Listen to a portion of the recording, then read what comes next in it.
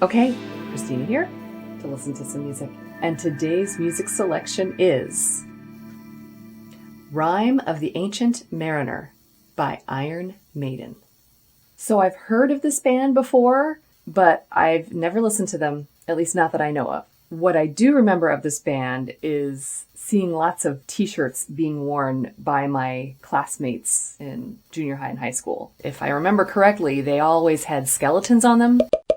And I did know that the band was like heavy metal. How else I know this band is from Bill and Ted. Put them in the Iron Maiden. Excellent! If you know, you know.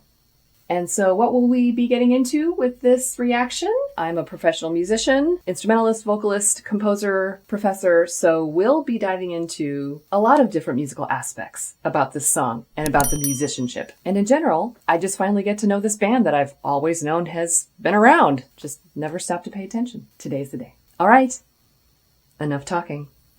Let's listen. Okay.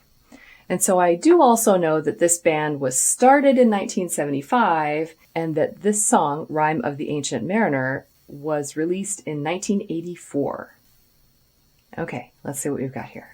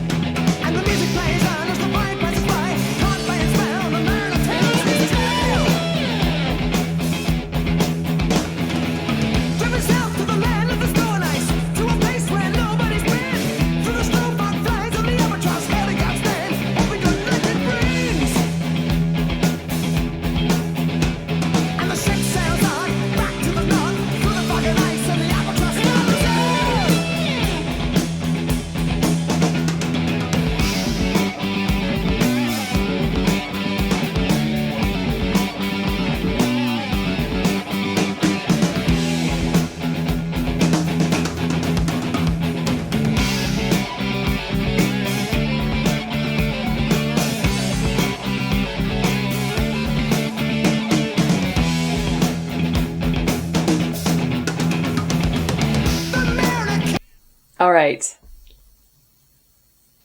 So I think this is kind of along the lines of what I was expecting, sort of an 80s metal sound, but I'm really digging the vibe from this song. It's sort of like a drinking song that sort of tells the tale of a great adventure. A really excellent adventure. Anyway, it sounds like there's a lot of action in it and maybe a hero. I'm trying to remember the story of the Rime of the Ancient Mariner. I know it's about a sailor, like a ship. I think something goes wrong and then they're cursed, I think. Let me look up the lyrics really quickly. Hear the Rime of the Ancient Mariner, the nightmares of the sea. The mariner tells his tale. So someone is telling a tale, right? An albatross. Okay. Yeah, the mariner kills the bird of good omen. Okay, so an albatross is supposed to be a good omen and they kill it. A terrible curse. A thirst has begun. Ha ha ha. Okay, that'll be interesting. All right, so now I'm really excited to find out how this story is going to be depicted in this music. All right, so let's get back into it.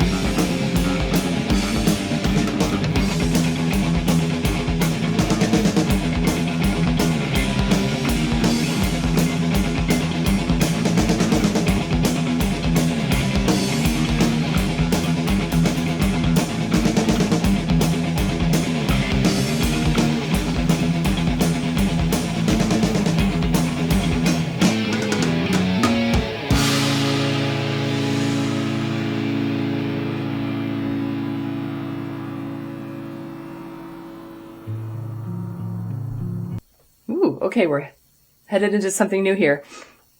Wow, okay. There's a lot going on there up to this point, though. It's just the first 5 minutes, and out of 13, we've got a lot left here. Okay, so yeah, it's really telling this tale, and it's very exciting, and there were all different little subsections here. Let me start with the lead vocalist. He's got a really high register, but he seems to have almost a more classically trained voice. So I don't know what his background is, but he has a consistent tone and a consistent vibrato. And the vibrato is quite wide. And to me, that almost signals a background of opera. But again, I have no idea what this person's background is or his inspiration. And I can hear a lot of the words. His diction is good. I think it's muddled just a little bit because there's sort of a post-production reverb on his voice, on the vocals, but that might just be the style of this band, like their signature sound. So he's very passionate when he sings, and it's really adding to this storyline here. Okay, but what really also is supporting the storyline is, of course, the instruments. So we had the dun dun dun dun dun dun dun dun dun dun dun, and immediately what comes to mind is traveling somehow, especially like on horseback.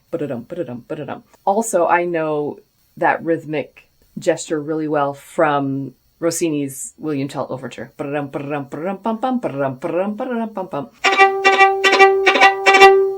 That was kind of what was coming to my mind at first, but I know we're not talking about adventures on horseback here. We're talking about adventures at sea. The fact that the tempo was actually quite slower, sort of to me signifies the big waves and the expansive scenery. It was almost uncomfortably slow. I really kept wanting it to go faster. And I don't know if that's because I know it because of the William Tell, and then I could hear the story being told, not just in the lyrics, but through the music, sort of a symphonic poem, if you will. There were different meter changes. I heard the woes being sung of the sailors on the boat, that they were sort of dying of thirst. That was part of the curse, I believe. And their anger really growing. And then when they hung the albatross from the captain's neck. Wow, the music just really fits the storyline. And then there were all of these modulations and chord progressions that were very unexpected. But to me, that also signifies sort of being lost at sea. I also enjoyed all of the duets. So I heard the duets in the guitars. That's two voices, either a minor third or a major third. That's just like 1, 2, 3 notes away from one another, playing their lines together. I also heard it doubled in the vocals. So that might have just been two recordings of the same vocalist put over the top. I don't know if there's a second singer in the group. All right. And so now we're up to a change. Something's going to happen. Let's find out what it is.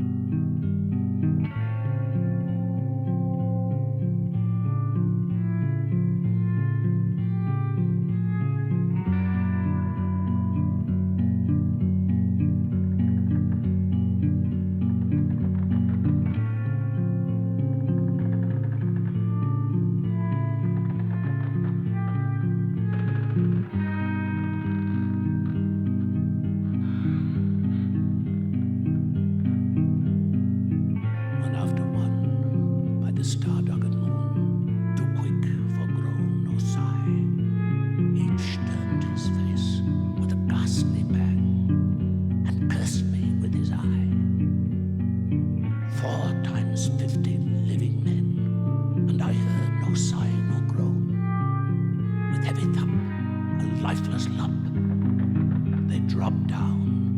one by one.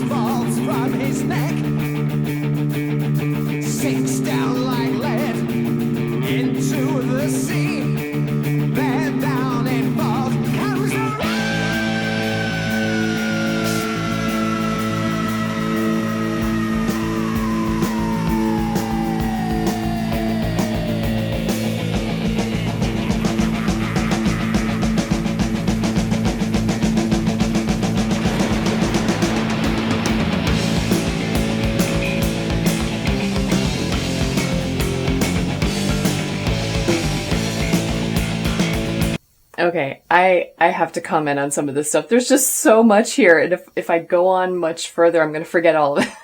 So, wow. So first, the slower section, loved that. That was obviously depicting the curse that was on these men, and they were paying for their crime of killing this good omen, this bird, the albatross. And they were, dropping one by one. That section of the song could not have told that story any better. We heard the diminished chords and some funky augmented chords. So diminished is when you take a normal major sounding chord, you shrink it down to a minor, and then you shrink it down even more. And then sometimes augmented is when you take a little bit of a normal chord and then you extend some of the notes up even higher. So they were playing with the diminished and the augmented figures. And then first, the arpeggios. So when you take a chord, normally it's played, the three notes are played, and when you expand them so that they're played one at a time, that means it's arpeggiated. So first it was bum, bum, bum, bum, bum, bum, but then it changed to bum, bum, bum, bum, bum, bum. And I thought that was an interesting way of sort of describing how the scene and the whole world and their sense of reality was sort of turned upside down. And then there were these crazy sounds in the background. It sounded like okay, how did they do that? With a bow? Was there a violin bow or a cello bow used? It almost sounded like whale song. Sometimes the pitch would start and would bend and, come back up. And to me, again, also like the waves and just being out forever out at sea, just lost out there. And all of these men dying. And that was really something. But then we got into this faster section again. It's not as steady as the opening dum ba da dum ba da, and that really does sound like an old sailing song. Dun da da dun da da dun dun dun dun dun da da dun da da dun dun dun dun. You know, picture the men like pulling the ropes and everything. Oh yeah, I was hearing boat sounds, like the creaks and everything of the wood. So cool. Very, very cool. Geez, this is like 10 different songs in one. It's awesome. There's just so much variation. Okay, and so then it got back into a faster section here. The vocals came back, and again, it was just crystal clear up there with that lovely sort of relaxed vibrato. And so then there was the spoken part. What? Yet another piece to this puzzle. And I believe they're from London, so his accent tells this tale perfectly in the spoken part. And it was all spooky and really fun to listen to. Okay, and then it gets into the faster part, and so I'm going to back it up just a little bit so we can get into that, because I think I heard the laughing, the ha ha ha part, and it was pretty creepy. Like, what's going on? But there's so much happening here that I'm almost losing track of it, some of it. So we're going to back it up a little bit.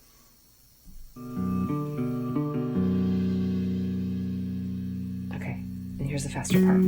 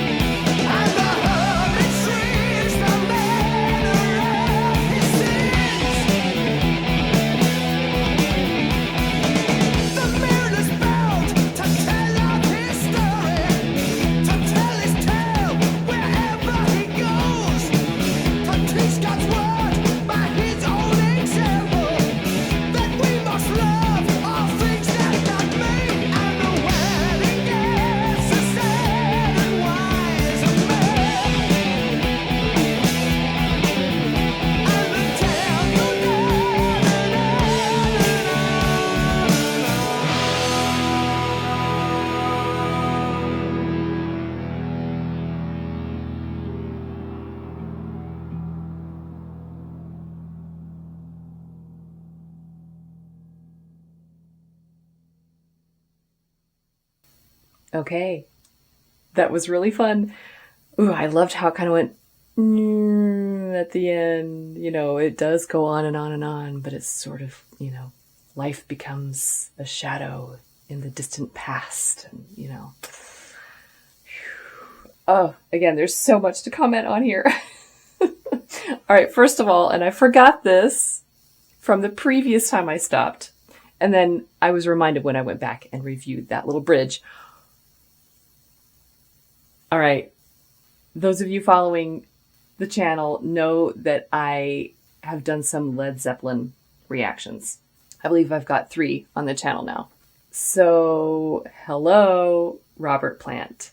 That scream that he did. First of all, it's an awesome transition into the next section, and I think that's also where we heard the ha ha ha. Like, I was wondering how that was going to play out. That downward scream was really fabulous. And do I mind that it was influenced possibly by Led Zeppelin? Of course not. No. There's enough musicality out there that we can all share. But then there was a lot of interplay with the guitars, so I heard a couple of pretty awesome solos, and I think that one was sort of like the lower register guitar, and then there was the higher register guitar, and then they played a duet, and then there was a third. There was a third that came in. So we had a trio. So I'm really getting to know a lot of fabulous guitarists in different bands, you know, Pink Floyd, Led Zeppelin, Dire Straits. The guitar solos I heard from Iron Maiden here did not disappoint. In fact, I think especially the higher register guitar solo was, in my opinion, sort of the perfect mix of noodly, you know, lots of notes and not being too muddy, and also some longer sort of wailing sort of notes. I just really appreciated the musicality there. It was really impressive. And I do like how they play with the duets and the trios. And sometimes the duets were in thirds, and sometimes the duets were in sixths. And I thought that was also quite clever musically. And then they also have this little trick of bridges or little moments of transition in between chord structures, the phrases. And there was one that I caught in there that I believed was sort of a meter that had 7 beats in it rather than 8. So I just really enjoyed this. I think this was a lot of fun, and I am really interested in hearing more from this group. Are all of their songs like this? Like these big tales, these big epic stories? Or was this a standout? I don't know. And of course, I am digging the heavy metal sound. Dun, dun, dun, dun, dun, dun, dun, dun. You know, that guitar rumble. Let's see if I can go back and catch. I just wanted to make sure that it was clear what I was talking about with the diminished and the augmented chords and how they're arpeggiated.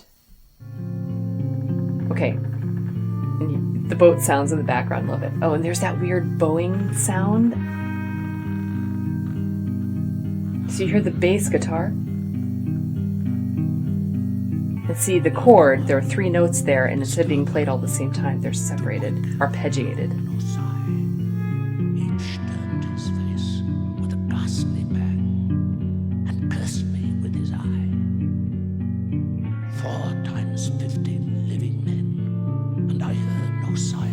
I love it. I love it. It's very creative. It sounds like a curse. It sounds like you're lost at sea. It sounds like death and despair. Love it.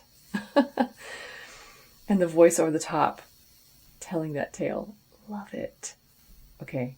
I want to go forward and hear the Robert Plant nod. Okay. And then also the place where the arpeggiation flips was also really interesting. Let's see. I think it's coming up here. Yeah, there it goes. So now it starts from the top and goes down instead of from the bottom going up. And then you hear the cymbal swells in the background. Love it. Like the whale call.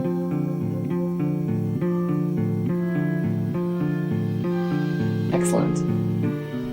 So again, if you know how that vom, vom, vom, vom sound was produced, put it in the comments because I would really like to know. All right, now I want to go find this little nod to Robert Plant. Let's see if I can find it. Sinks down like lead into the sea.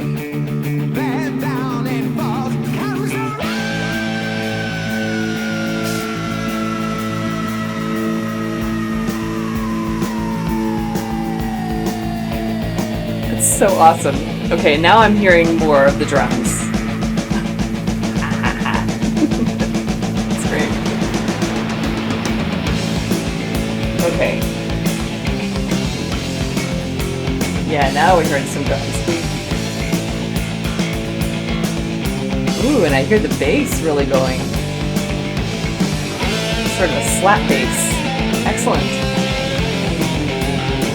Okay, so this is the first guitar solo.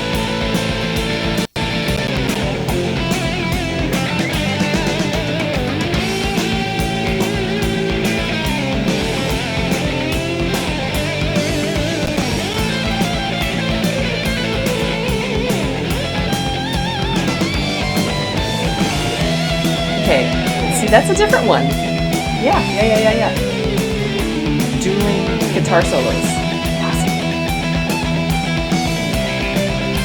Okay, the other thing I really liked was how it transitioned very cleverly back into the opening material.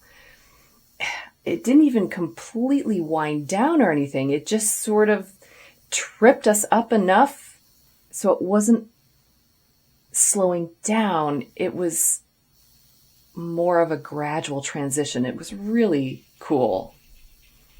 Let's see if I can find it.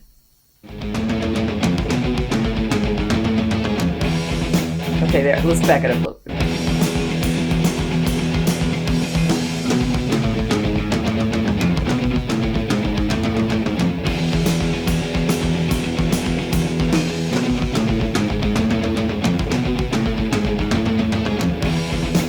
There it is. Okay. That's great. Yeah, so they use that. That